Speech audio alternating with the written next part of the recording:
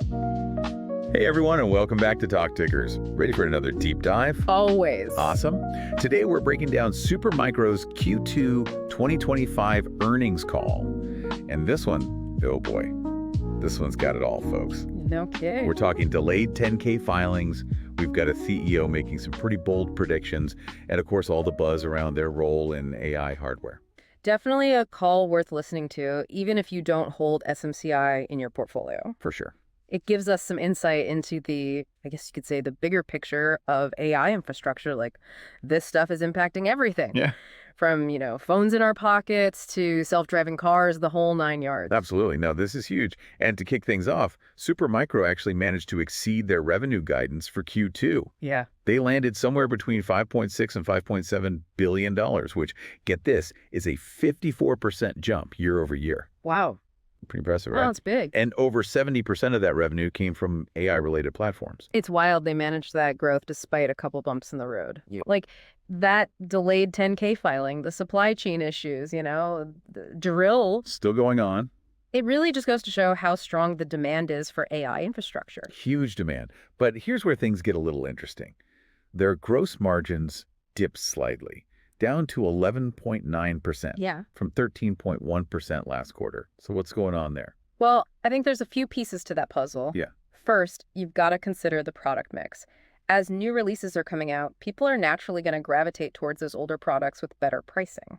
Like, it's classic, right? When a new iPhone drops, suddenly those older models are on sale. Exactly. And that puts some pressure on those margins. Plus, SuperMicro, they're putting a lot of resources into R&D, especially for these AI platforms. Right. Using those Nvidia Blackwell GPUs and that forward-thinking innovation, it can sometimes affect margins in the short term. So they're kind of playing the long game here. Yeah. Sacrificing a bit of profit now to come out swinging later. Precisely. And hey, let's not forget about that delayed 10K filing. Yeah. That probably threw a wrench in their operations, Oh, yeah. Might have had a ripple effect on margins, too. For sure. All right, so let's talk about this Blackwell transition, because SuperMicro, they're already shipping systems with these new GPUs. Right. They've got the B200 HGX systems out there, both the air-cooled and liquid-cooled versions. Yeah. And their GB200 NVL72 racks. Those are fully ready, to quote them directly. Mm-hmm. But they're waiting on Nvidia to ramp up supply before they start shipping those in volume. Yeah. What's the big deal here? What's with all the anticipation? Blackwell, it's expected to be a massive jump forward in AI processing power. Okay. We're talking turbocharging, data analysis, machine learning, the whole shebang. Got it. This is going to, I think, really push the demand for SuperMicro's platforms even higher, especially for those that can handle these GPUs. So it's all about being ready when that supply chain opens up, right? Absolutely. And you can't forget about liquid cooling.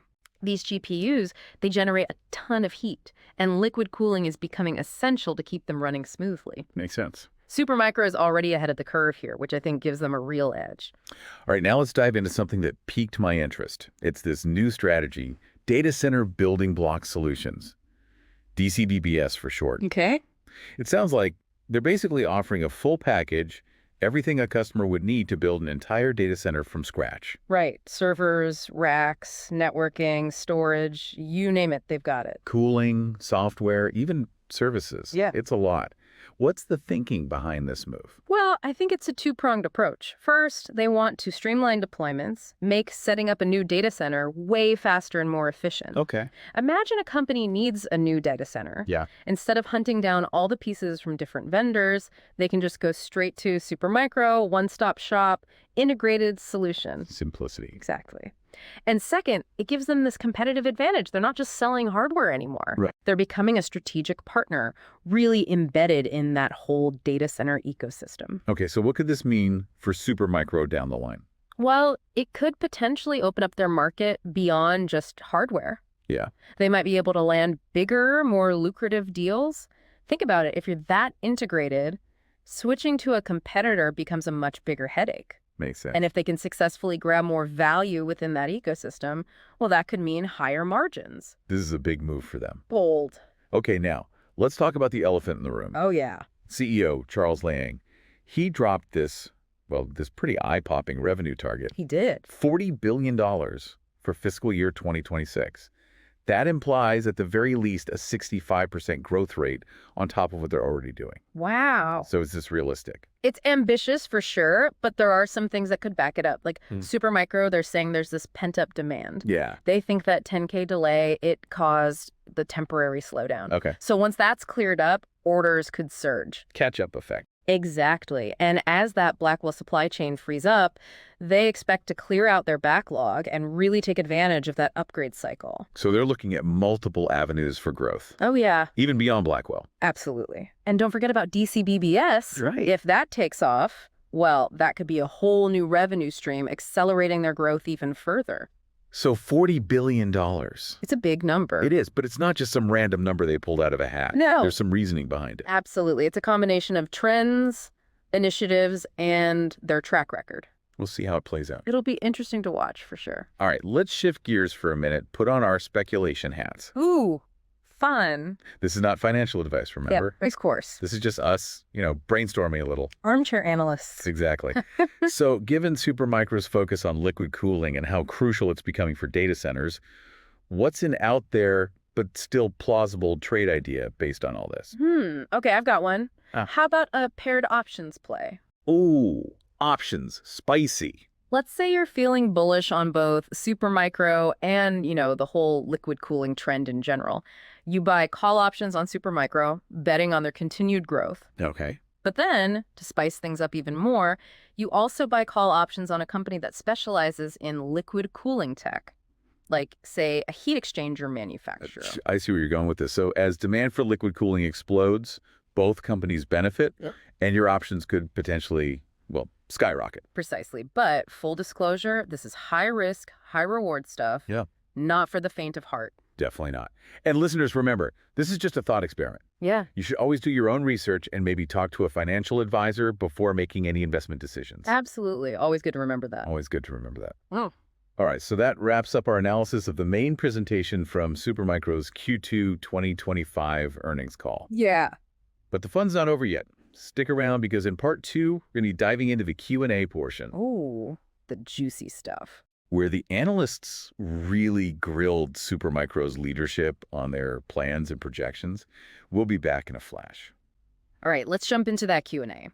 First up, we had an analyst from Goldman Sachs, and they were all about the $40 billion revenue target. Oh, yeah, I bet that number was on everyone's mind. Right. Like, Yeah. Can they actually pull that off? So Charles Liang, the CEO, he pointed to three main things. Okay. Their product line, it's diverse and it's growing. Yeah. Their relationships with customers are strong, Right. and they've got room to expand production capacity. So basically they're saying, hey, we've got a solid base and we can scale up. Exactly.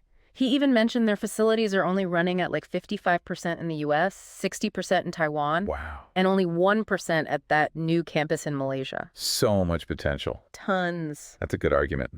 What about the mix of Blackwell and Hopper servers last quarter? Are customers holding out for Blackwell, or is Hopper still in the game? Good question.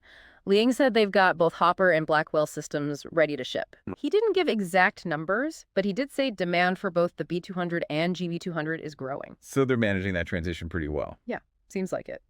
Next up, an analyst from Loop Capital, and they were all about those gross margins. Oh, I bet. Especially how they might trend through the whole Blackwell cycle. Right, like can SuperMicro keep those margins healthy as competition ramps up? It's a big question. Huge for investors. So Liang, he acknowledged that, there's some tough pricing competition for those mature products like the H100 and H200. Yeah. But he emphasized that margins on the newer products like Blackwell, those are much better. Well, yeah, makes sense. When you're first out the gate with the latest tech, you've got more wiggle room on pricing. Exactly. And he brought up the growing adoption of liquid cooling, which, as we talked about, plays right into SuperMicro's strengths. They're predicting over 30% of new data centers will be using liquid cooling within the next year, and they're ready to grab a big chunk of that market. So liquid cooling is a key differentiator for them. In terms of both performance and profit, yeah. All right. Then their CFO, David Wigan, he jumped in to say, look, gross margins are important, Yeah. but they're also really focused on pushing those operating margins above their targets. So it's not just about one metric. It's a more holistic approach, The big picture. trying to maximize overall profitability. Smart. And then the analysts, they circled back to that $40 billion revenue target, which, everyone's still thinking about. It's a big number. They pointed out that based on what Liang said about calendar year 2025, it implies some massive revenue quarters in fiscal year 2026. Yeah. Like potentially averaging $12 billion each. That's a huge jump. Huge. But Liang, he didn't flinch. He doubled down, said that $40 billion, based on their history, customer demand, backlog, it's actually a conservative estimate. Wow, that's confidence. Right. Next, an analyst from JP Morgan, they brought up an interesting point about customer behavior. Oh, okay. They asked if SuperMicro is expecting a repeat of that slowdown they saw during the last transition between Nvidia's GPU generations. That's a good question. If customers hold off on buying, waiting for the new stuff, that could really hurt growth. Right. So Liang addressed that head on, said they don't expect a similar slowdown this time around. Okay. Pointed to their strong position in liquid cooling, their production capacity, Yeah. and the fact that a lot of customers have already given the green light for liquid-cooled data centers and are ready to roll them out big time. So they're banking on the fact that liquid cooling is more established now? Right, and that the upgrade cycle will be smoother this time. Makes sense. Then the analyst followed up with a question about, to hit that 40 billion target, Yeah. do they need a ton of new customers or can they do it with their existing base? That's the million-dollar question, right? So Liang emphasized that their growth has been really strong in recent years, except for that little blip caused by the 10K delay. So once that's sorted, they're back on track. That's what they're saying. He added that based on their current customer engagements and their sales pipeline, 40 billion is doable with their current trajectory. So they believe they can convert that pipeline into revenue. Yeah. Analysts from Bank of America, they were curious about the long-term outlook for gross margins. Okay. Wondering if the whole industry is feeling the squeeze from competition. It's a valid concern. Are margins doomed to shrink, or can SuperMicro defy the trend? Right. So Wigan responded by saying, look, SuperMicro's focus is on being first to market with high-quality, reliable solutions. Yeah. And that's key to driving strong margins. Okay. It's not just about liquid cooling. It's about offering systems that really deliver and meet those customer needs. So it's about their engineering expertise, staying ahead of the game. Exactly. And Liang added that a lot of competitors talk about liquid cooling. Right. But SuperMicro, they're one of the few with large-scale deployments already happening. Real-world experience. Makes a difference. Yeah. He also highlighted the value of their data center building block solutions, specifically the on-site deployment, cabling, and servicing they offer. It's a smart move, especially as data centers get more complex. For sure. Analysts followed up asking how SuperMicro is adapting to those newer, more efficient AI models like DeepSeek. Okay. And how they're planning to break into the enterprise market. So it's about staying on the cutting edge and finding new customers. Exactly. Liang acknowledged that, software efficiency is constantly improving. Right. But he believes the overall market size will keep growing. So even if some models become more efficient, the total demand for AI infrastructure is still going up. Exactly, creating more opportunities. Gotcha. And for the enterprise market, Liang highlighted their enterprise team, their focus on service and management software, Okay. and those complete end-to-end data center solutions. So they're using what they already have to go after that market. Great. Next, Northland Capital Markets, they had a very specific question. Okay. Is backlog up quarter over quarter? Trying to get a read on that underlying demand. Exactly. Wigan, he didn't give any hard numbers. Okay. But he did say backlog tends to follow the chip cycle. So when new chips drop, backlog builds up as everyone waits for the new systems. Right. And with new chips on the horizon, they're expecting to see growing backlog across the whole industry. So demand is strong and likely to get even stronger. That's the takeaway. Then guess what? The analyst brought up the $40 billion revenue target again. You can't let it go. Right. Like, is historical growth a reliable indicator, especially given that 10K delay? Have they done their due diligence? It's a valid question. Absolutely. Liang reassured them, said they've validated their projections from multiple angles: historical growth, customer demand, backlog, current sales commitments. So they're not just guessing. No, they've done the work. Analysts then wanted more detail about those data center building block solutions. Right. What exactly does it involve? Liang explained it's kind of like their rack scale solutions. Okay. Where they provide everything for a complete rack. They're just scaling that up to the whole data center. Yeah, plug-and-play solution. He mentioned things like liquid cooling systems, water towers, software, management tools, even on-site services. One-stop shop. That's the goal. CJS Securities, they were curious about what caused the reduction in their fiscal year 2025 revenue guidance. So despite the strong quarter, why lower the outlook? Wigan pointed to delays in new technology as the biggest factor. They were ready to ship liquid-cooled systems, but other parts of the ecosystem weren't quite there yet. Supply chain issues. Sounds like it. He admitted the 10K delay was a distraction too, but emphasized that their growth is ultimately tied to the availability of that cutting-edge tech. Yeah, if they can't get the chips and components, they can't grow. Exactly.